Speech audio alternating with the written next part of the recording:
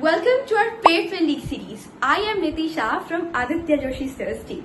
So in this series, we are going to predict the NEET 2025 paper. So before that, let me tell you something. In NEET 2024, Aditya Sir have given us few list of topics from which 160 plus marks in physics and 150 plus marks in chemistry have been asked as it is in NEET 2024 paper. So even this year, Sir have shortlisted few topics which are going to be asked exactly same in NEET 2025 paper. So in this series, we are going to teach you those topics including question practice. So make sure you subscribe our channel. Also click on the bell icon to get notification and let's get started. Today we'll be studying the topic electronegativity. Electronegativity क्या होती है? एक atom की tendency कि अपने तरफ paired electrons को attract कर सके। जितना ज्यादा इलेक्ट्रोनेगेटिव रहेगा उतनी ज्यादा वो अट्रैक्शन पावर रहेगी उसकी। तो यहाँ से हमको सबसे ज्यादा important point to remember is कि halogens are having the highest electronegativity.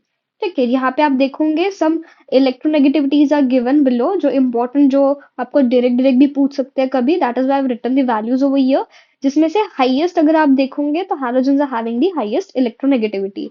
फिर एक आपको ये भी क्वेश्चन पूछा जा सकता है कि कौन कौन से एलिमेंट्स की सेम इलेक्ट्रोनेगेटिविटी है। सो एक बार इस पे भी ओवरलुक कर लेना। एक बार इस पे क्वेश्चन आया था, nitrogen and chlorine is having the same electronegativity, that is 3।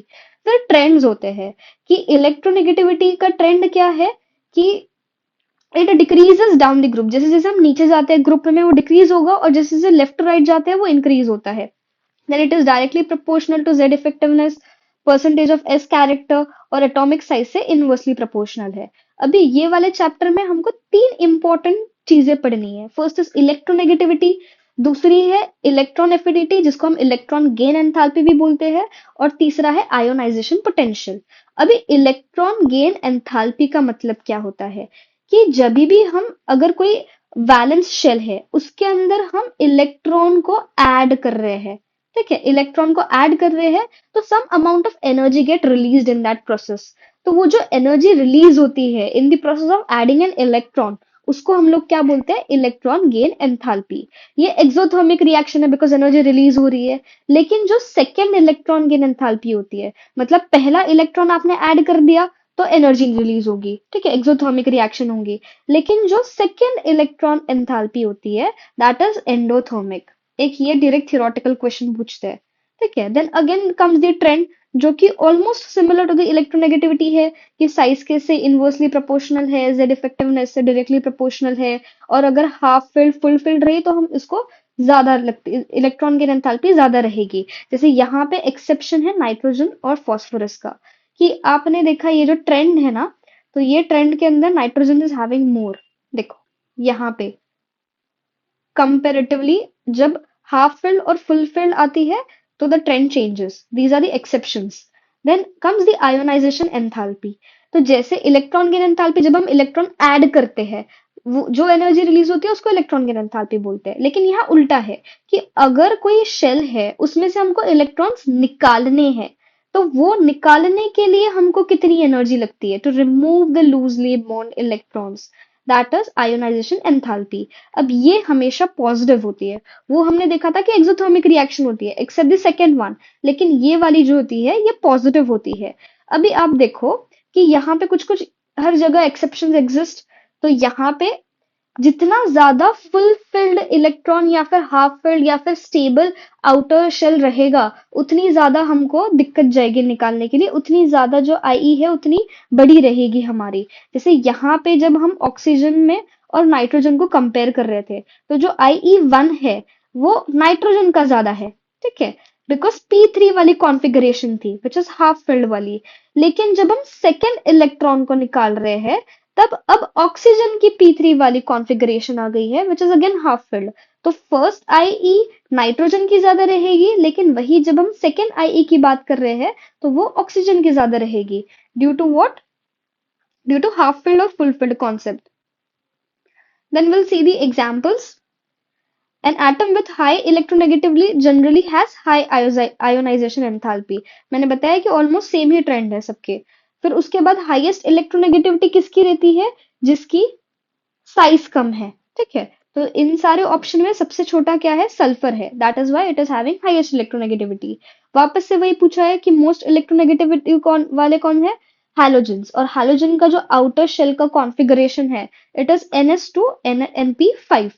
Direct direct नहीं पूछा गया आपसे यहाँ पे हैलोजन के बारे में, इनडायरेक्टली पूछा गया है। सो इट इज अंडरस्टूड कि आपको पता होना चाहिए कि जो हैलोजन का इलेक्ट्रॉनिक कॉन्फ़िगरेशन है, it is NS2 NP5। Then again कि ट्रेंड पूछा गया है कि डिक्रीजिंग ऑर्डर ऑफ इलेक्ट्रोनेगेटिविटी में ऐड करो। तो यहाँ पे हमको एक बेसिक कॉन्सेप्ट याद रखना है कि लेफ्ट टू राइट हम जाते हैं तब इलेक्ट्रोनेगेटिविटी इंक्रीज होती है, और जब हम डाउन द ग्रुप जाते हैं तो डिक्रीज होती है। देन सेकेंड एक थियोरेटिकल क्वेश्चन जो अभी हमने थियरी में पढ़ा कि सेकेंड इलेक्ट्रॉन गेन एंथैल्पी क्या होती है, हमेशा पॉजिटिव होती है। क्यों होती है?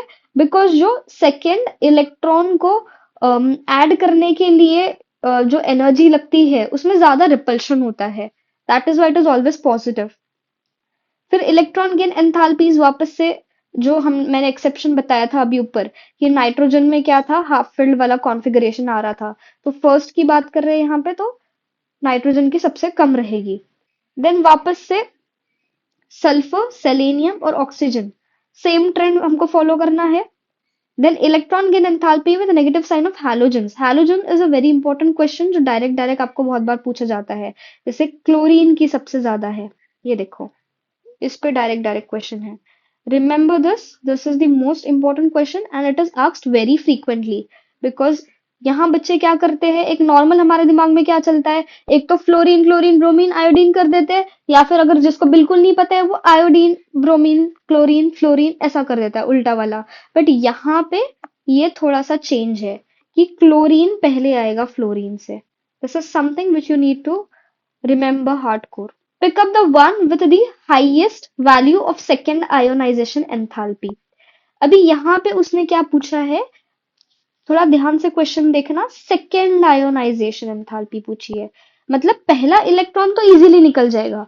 अभी यहां से हम देखो S1 से पहला इलेक्ट्रॉन इजीली निकाल दिया हमने, ठीक है, तो इसकी फर्स्ट वाली कम रहेगी।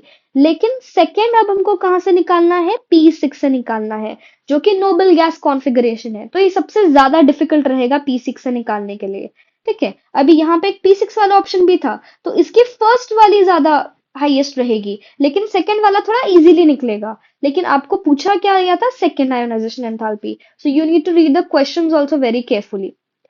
फिर दो आयोनाइजेशन एंथैल्पी दे रखी थी, और IE1 IE2 करके, और एक रिएक्शन दे रखी थी जिसमें पूरी कंप्लीट रिएक्शन 2 स्टेप रिएक्शंस थी। तो स्टेप नंबर 1 की दे रखी थी, स्टेप नंबर 2 की दे रखी थी। You have to merely add it, इतना ज्यादा कॉन्सेप्ट नहीं होता है, सिंपल सिंपल आपको बस ऐड करना होता है ऐसे वाले टाइप के क्वेश्चन में। फिर screening effect is also an important topic again, क्योंकि स्क्रीनिंग इफेक्ट पे आपसे क्वेश्चन पूछते हैं बहुत बार कि स्क्रीनिंग इफेक्ट सबसे ज्यादा कम किसकी होती है। So the trend is SPDNF। Then is ionization enthalpy of CNOF। अभी यहाँ पे भी देखो, नाइट्रोजन और ऑक्सीजन, इन दोनों में वापस से स्टेबिलिटी वाले जो रीजन है उसके वजह से nitrogen is coming over here. So you have to learn the trends and the exceptions over here.